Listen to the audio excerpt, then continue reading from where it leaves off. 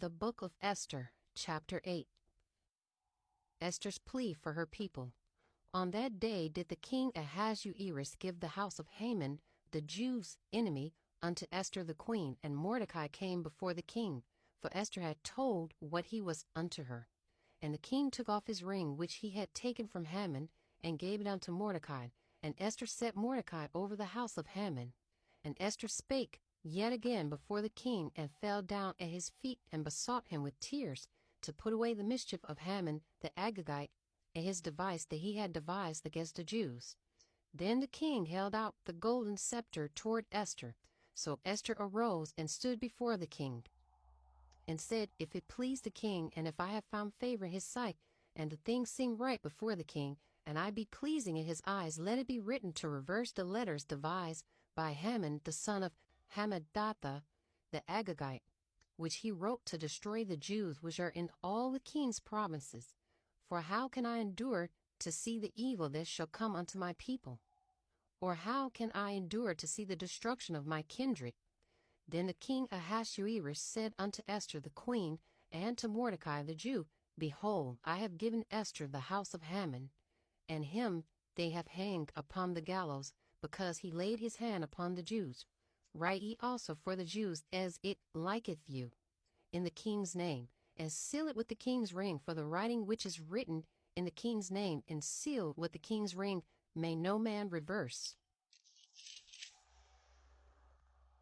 Then were the king's scribes called at that time in the 3rd month, that is the month Sivan, on the 23 day thereof.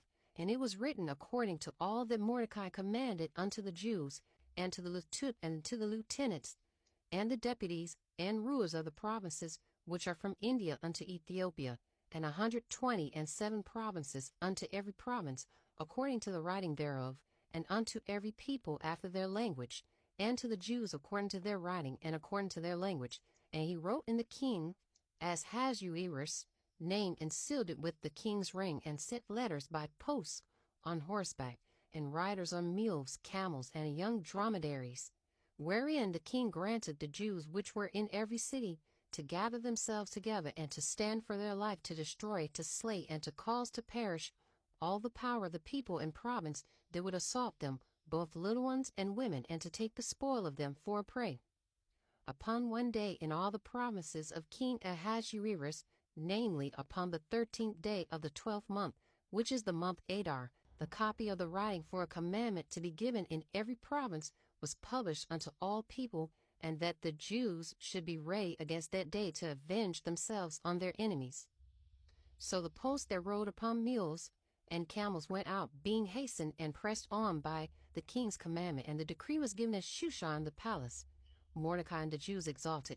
And Mordecai went out from the presence of the king in royal apparel of blue and white, and with a great crown of gold, and with a garment of fine linen and purple. And the city of Shushan rejoiced and was glad. The Jews had light and gladness and joy and honor, and in every province and in every city whithersoever the king's commandment and his decree came, the Jews had joy and gladness, a feast and a good day. And many of the people of the land became Jews, for the fear of the Jews fell upon them.